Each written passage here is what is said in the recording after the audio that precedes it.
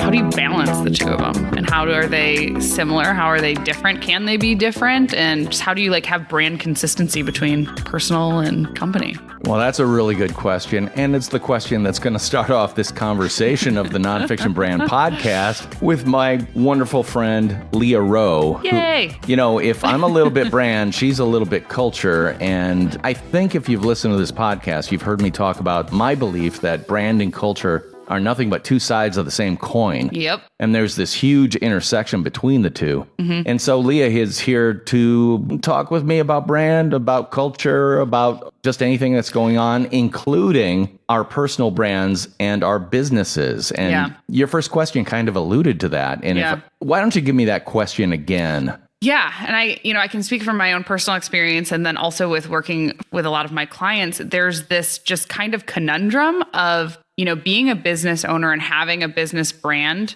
but then also having your own personal brand. How do the two work together? Do they work together? Can they be different? I found myself, for example, I love Instagram. So I like to do a lot of brand marketing on Instagram. I have a personal account. I have a business account. And I never know what to post on either account because I'm like, well, this is very much part of my personal brand, but it's also a part of my business brand. And then I end up getting in this analysis paralysis, and I don't post anything because I don't know, is this more business? Is this more personal? And who cares? Well, the very, very short answer to that is there is no single correct answer because there are all sorts of different types of people. Some people are incredibly close to their brands. Mm-hmm. Someone like Oprah. Right. I mean, Oprah is her the brand. Right, exactly. So if she posts on Instagram anything, stocks will rise and fall. Literally, if she loves this book, boom, it's a bestseller. If she doesn't like this food thing, boom, it's a worst seller. Yeah. So there's no separation between her brand personally and professionally, and even corporate-wise, if you will. And that's her value. That's her tremendous value. Let's face it, if you were able to say to someone that Oprah is using my product, wow, that's an endorsement from a heavyweight. On the other hand, I know that, Leah, you're involved with executive coaching, life coaching, and things like that. And I think your question is probably coming from some personal experience with actual people who are asking that question, right? Totally. And so I work with a lot of CEOs, a lot of entrepreneurs, a lot of founders of businesses who are struggling with that question. And then it's one of those things where,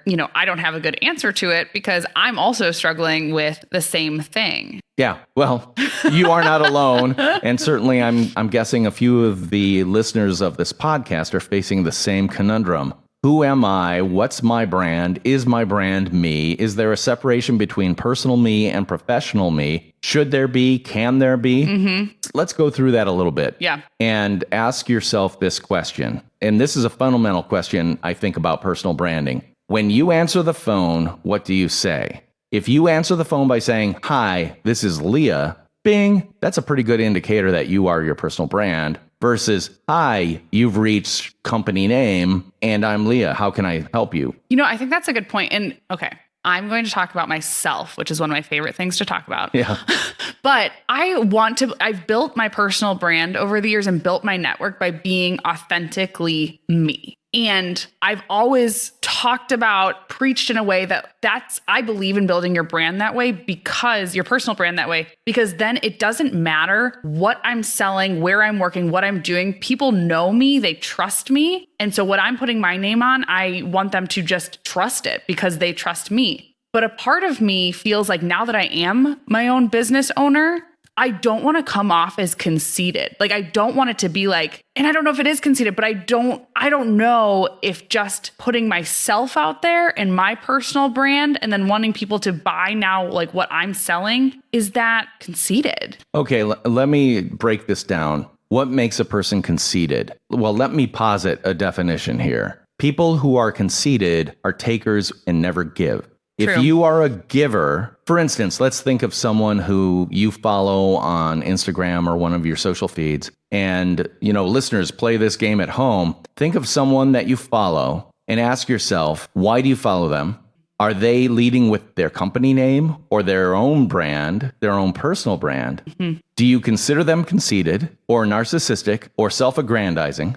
Or do you consider them incredibly giving, warm-hearted, open, and sharing? That's a good question. Well, let me get very specific. Jay Baer, who, if you're a frequent listener of this podcast, you'll know that I'm a big fan of Jay Baer. His last name is spelled Baer. This guy, I've seen him speak a couple of times, really interesting, great books. Like his current book is called Talk Triggers. It's all about creating word of mouth triggers for your business. Like one of the examples he talks about in the book is DoubleTree Hotels and their cookies.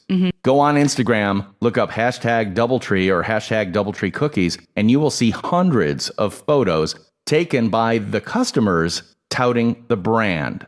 Those cookies are amazing, by the way. Well, exactly. And they're like chocolate chip walnut. And they're worth talking about, right? They trigger talk. Well, well, here's the thing. Jay Baer, I listened to a podcast that he was on, and the podcast host, and I wish I could remember what podcast it was, but the podcast host asked him if he had any regrets in his personal branding journey or career. And he said, yes, I wish I had started doing my own stuff for me earlier.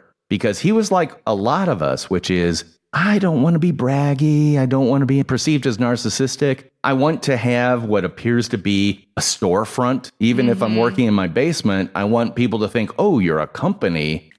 How many people have co-founder on their business cards when the co-founding company is a company of one? Yeah. And what he realized was he was doing a ton of work for other people, which was great. Yeah. But it ultimately was not scalable because it required him being the number one on the project or the account. So if people are buying you and you give it to someone else, is that a bait and switch?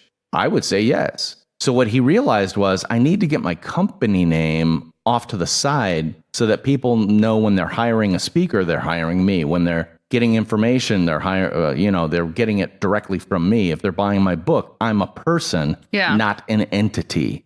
But I guess that's a good question too, because what if you are a solopreneur? For example, I'm a solopreneur and I do coaching or, life coaching, executive coaching, culture coaching, but I'm only one person. So my time is going to max out at a certain point. And so if I need to build a team and bring on other people and I've put myself out there and I am the brand, then our customer is going to feel like they're bait and switch when I physically can't take on more clients, but I want to grow the business and I want to have staff. Okay, well, look at what you're trying to do. You're trying to build a business off you. Yeah. So there you go. Your personal brand is the core, the heart, the beating heart of that business. The business is only valuable because of you. And therefore, that which you are, that makes you valuable, interesting, wonderful, engaging, all that stuff needs to absolutely be core and central to your company. So when you hire someone, you put it through the Leah lens of, do they do it the same way? Are they as responsible and responsive? All these things. But it all comes back to you and your personal brand. Your company brand has no value without you. You have absolutely 100% value without your company brand. Is one of those ways right then? Is one of them wrong? One, I don't think there's any wrong answer because you can find, some infinite ratio of personal to corporate or company brand variations out there and point to very successful ones and say, hey, look at Gary Vaynerchuk. He's got VaynerMedia and it's huge. And I would say, and how did VaynerMedia get huge? Because Gary Vaynerchuk built his personal brand to the point where people were seeking him out. If I hire VaynerMedia, do I think I'm going to be on the phone every day with Gary Vaynerchuk? No.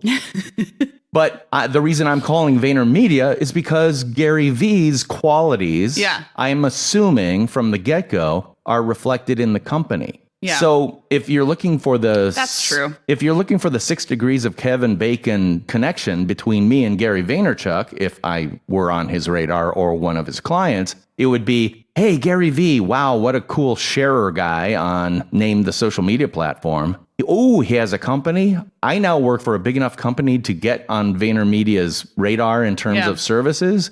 It would be Gary V, VaynerMedia, and then my engagement via a company with his company. Yeah. I think also, when you were saying that you're not going to get, what is his name? Gary Vaynerchuk. Gary V. You're not going to get him on the phone, but you're going to get somebody on his team on the phone and it's going to have the same qualities. If I'm hearing you correctly, what you're saying is Gary built this company with a certain set of values. And then as he built his team, he instilled in them those values. So those are like when you're founding your own company, those could be your personal values that then become the company values, or they could be a little bit different. But getting clear on what your values are, building the business by living those values, and then being able to communicate them to your staff so they can live them out. We've come full circle. Boom. That's culture coaching. And it's brand. Another service offered by Leah Roe. That's right. Well, but that's exactly how it works, which is, okay, number one, Gary V, watch any of his videos. Yeah. If I got, hi, this is Melissa at VaynerMedia. How can I help you? I would go, wait a minute, total disconnect. Yeah. I'm expecting someone who's got a little bit of energy, or not a little bit if you watch any Gary V stuff. I'm looking for someone who's dynamic, who's challenging me from the get-go, who's exciting to work with. So consequently, Gary V's brand has to hire people that don't have to learn. Yes, who are on brand. Or who you can train to be on brand. I don't think you can. No, they have to have a nascent.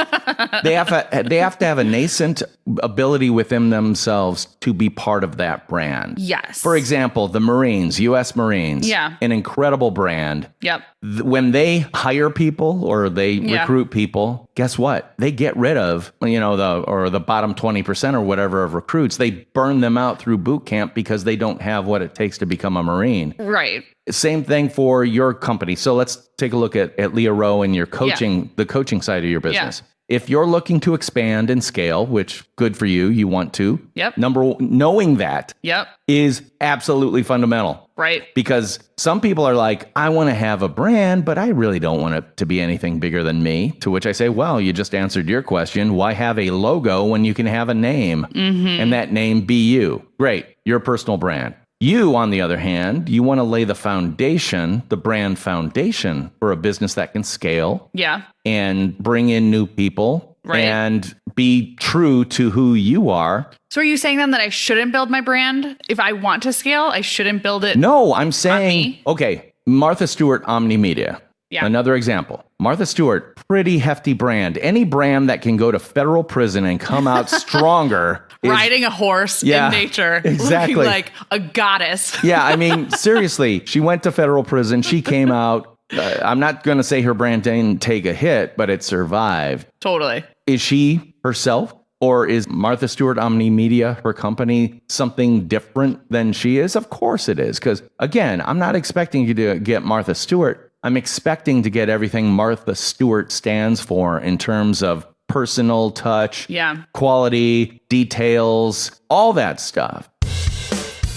This episode of the Nonfiction Brand Podcast is brought to you by Nonfiction Brandversity. It's a free Facebook group dedicated to the art and craft of personal branding, and we'd like to invite you. Just search Nonfiction Brandversity on Facebook and ask to join. You're in, guaranteed. I can't wait to see you on campus. So can I ask you, so you know me. Yep. You know my personal brand pretty well. Yep. You created it for me. I'm just kidding. Yeah, all right. I'm just a robot. So if I hired a team and you hired my company, what are some of those things that you would expect knowing my brand? Okay, personableness. I mean, someone who can pick up a phone and if I'm calling them up on the phone to make an appointment for a presentation or something, as a customer, I want to be happy to make that phone call to arrange that because it's like, oh, I get to talk to Betty today. Who is the most amazing human in the entire world. That's She's 10 right. months old now. Oh, Betty Pearl is now 10 months old. Congratulations to Betty Pearl. But I'm sorry, but if she's working for you, Betty Pearl better come off with the same personality, the same absolutely positive spirit. Mm-hmm. I would never expect to hear a swear word come out of your employee's mouth because I've never heard you go anywhere near one. Well, I say hell yeah. All right. Well, there you go. And that's about a number 1 on the scale of 1 to 10 of swear words. Well, yeah, because don't do anything in life. Listeners out there, don't do anything in life that's just a meh. Make sure it's a hell yeah. Do that. Ooh, that's a t-shirt right there. Let's TM that. So that's a Leah Roe TM. Everybody drink. Yeah, it's a drinking game. Every time we trademark something, you got to drink. That's right. Or let's say there's a problem with an invoice that I get from your company. Yep. A lot of people, when they get that invoice, before they make that phone call, they put on armor because they're prepared to fight it out, to kind of be mad at you. Yeah. What if instead it's like, oh, oh, this must be a mistake. I'm going to call Betty and we'll get this fixed. Why? Because I know that this company, based on Leah Roe and everything she stands for, delivers that type of personal service without any type of anger base. I mean, it's like, can you imagine having a relationship where you automatically give the person the benefit of the doubt because I got to be misreading this email? They would never say that. They would never mean it. Maybe they said it, but they would never mean it. I think, and that's really funny because something I always say is I always have the best of intentions. Sometimes I have poor execution, but my intention is always pure. And that's key to your brand, which is our intention is not to put in the minimum amount of hours and then bill the maximum amount of dollars. Guess what? A lot of companies are based on that. I think this exercise that we're going through right now is actually a really powerful one to sit with somebody who knows you well and just hearing from their perspective what is a part of your personal brand. Because again, that can go back to your company values as well. If you're an entrepreneur, if you're a founder, hearing from somebody else who you trust the things about you that makes them want to buy your product or keep being a customer, that can say a lot about what your values are as a business. You are preaching from my hymnal. You're singing from the hymnal right now, because one of the questions I ask with my branding clients is, or I ask them to ask of their friends, associates, colleagues, customers, is what do I do best? Because what you think you do best may not be what they value most. Absolutely. If there's a disconnect between what you think they want to buy and what they're actually buying, or why they want to engage with you, that's something to clear up right away. Absolutely. And I think that that's such good feedback too, because then that gives you, at least in my business, asking my customers, asking my clients those questions of what are you getting out of this? What's been the most impact so far? If one of my favorite questions is, if I were to share a quote from you for potential clients right now, what would it be? And hearing that and seeing what transformations they're going through, now I have more information to market better and to communicate better to the world, because I'm hearing directly from my clients the transformation they're having. And now I can communicate that to other people who want similar transformations. And I'm going to take that transformation language and change it to the thing that you're selling is not necessarily what they're buying. And so by finding out what they're actually buying, it can help you sell better. Transformation is a very life coachy term. So I know. That's why I'm using it. And sales, and sales and purchase and things like that are a very marketing thing, which is, again, Leah's very culture. I'm very branding and marketing. That's two great tastes that go great together. Which one of us is the horse's ass? We might have to edit that out. I think we know the answer to that question, actually. I feel like now, instead of like the two sides of the same coin, I feel like you and I are like one of those horse costumes. Oh, great. Culture, great. brand, culture. Well, and by the way, this episode of the Nonfiction Brand podcast is kind of dedicated to that intersection between brand and culture, but down the road, I see a time when we're going to spin off a Leah and DP podcast called Brand Culture, Culture Brand, where we have a continual arm wrestle match in every episode about which comes first or what we're learning from it. We're not quite ready to have that go live, but it will be coming. I think also just the fact that you called it an arm wrestle shows a very good difference between you and I. Because I pictured a hug. I pictured arms hugging together. DP's arm wrestle. So, well, culture, brand and marketing. Yeah. Well, but it's also, again, it is based on brand because as you know, my key 3 words for my brand are collaborator, creative, and provocative. There's always that element of arm wrestle or a poke in the eye involved. And if you can't handle that, we shouldn't be working together. Totally. On the other hand, there's a huge part of you as a brand, and I can attest to this as someone who knows you and has dealt with you for a couple of years now. Dealt with me. I love that. Has interfaced with you for a number of years now, that a hug is absolutely apropos of your brand. Therefore, getting back to your original question. Yeah. Oftentimes I'll look for a metaphor that helps describe deeper concepts. Yeah. You just came up with a great one for yourself, which is the hug. So all of a sudden, everybody that you might hire, they have to make it over the hug hurdle. Totally. Are they a hugger? Are they the person that you meet within 5 minutes and then you feel comfortable with, and by the end of the meeting you go, you know what? I feel comfortable hugging you.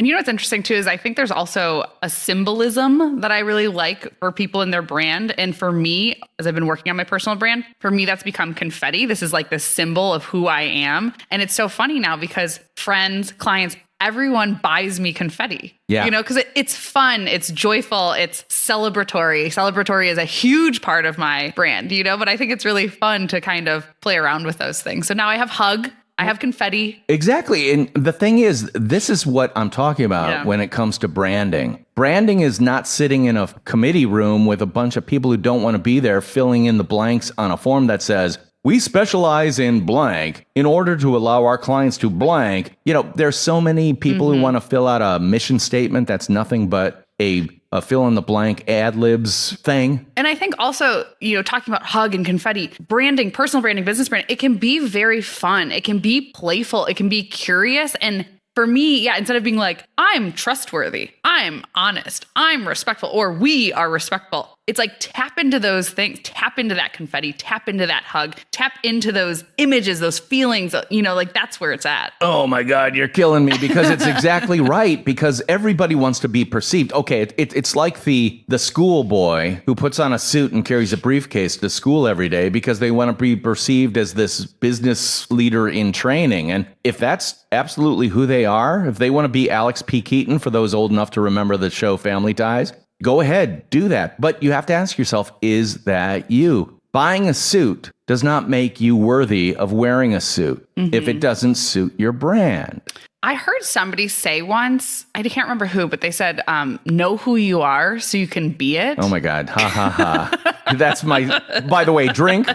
That's the other thing. But it does. I hate to say it. I've thought about this whole thing for 20 years. Yeah. And over that time, I realized, no, that is the seed crystal for everything when it comes to personal branding. Well, and I think, you know, for you, one of your pillars or whatever you call it is provocative. You know that about yourself. You are it, but you also know it. And so people have to be receptive to that to work with you. And I think that's awesome. Right. And let me tell you, some people can't handle the sauce, you know, but that's okay because that's why you have an entire rack of hot sauce from mild to ghost pepper hot. And if you're talking to everyone, you're talking to no one. Exactly. So. And one of the concepts that I use a lot is the idea of a Swiss Army knife. If you're a Swiss Army knife, you're a crappy knife, you're a crappy corkscrew, you're a crappy toothpick, you're a crappy pair of scissors, and you can't do anything really well. Another way of saying that is why half-ass a bunch of things when you can whole-ass one thing? Oh my God, there we go. Potty mouth, Leah Roe, special guest on the Nonfiction Brand podcast this week. I take everything back that I said about not swearing. But again, you're getting a feel for Leah just by listening to her and the conversation that we're having here. And I think you got a pretty good idea, maybe not of the 100% of Leah, but at least the 65%, so that when you see her, you go, I already know you. Yeah, you know my brand. Exactly. And that makes it so much easier because one of the things in advertising that is an imperative is get people to drive trial. It's called driving trial, meaning get them to try it.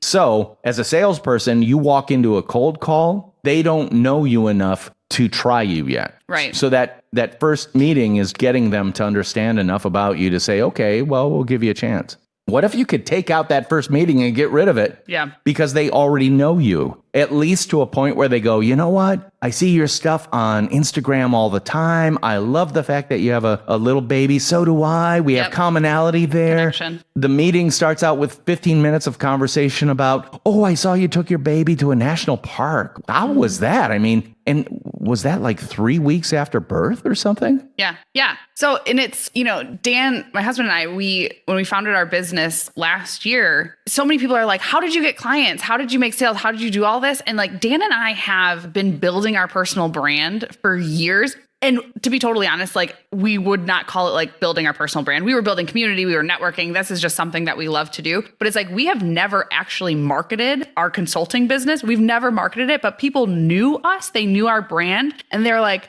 oh my gosh, we know you both. Now you're doing this. We need that service. We're not even going to look for other people. We want you to do it for us because they know us. They know our brand. They know how we're going to do business because they've seen how we've been as humans for the past 6 years we've been in Madison. They've already sampled your brand. Totally. So they're already prepared almost, you know, you're in their cart on the way to the checkout. Right. Because you've passed the biggest hurdle of every purchase, which is, are you a decent human being? Mm-hmm. That's why personal branding is so valuable. It's so valuable. Well, we're coming to the end of an episode of the Nonfiction Brand podcast, but we're going to continue right on after I close this episode out. And I want to remind everybody to become a member of the Nonfiction Brandversity free Facebook group. It's free? It's free. Woo! All you have to do is ask to join, and you are in. Just search Nonfiction Brandversity over at Zuckerberg's house. And also, please like, subscribe, refer, and review this podcast because that helps other people find us. Mm-hmm. So once again, I'm DP Knudten for the Nonfiction Brand podcast, and she is Leah Roe. And we'll talk to you next time. Bye-bye.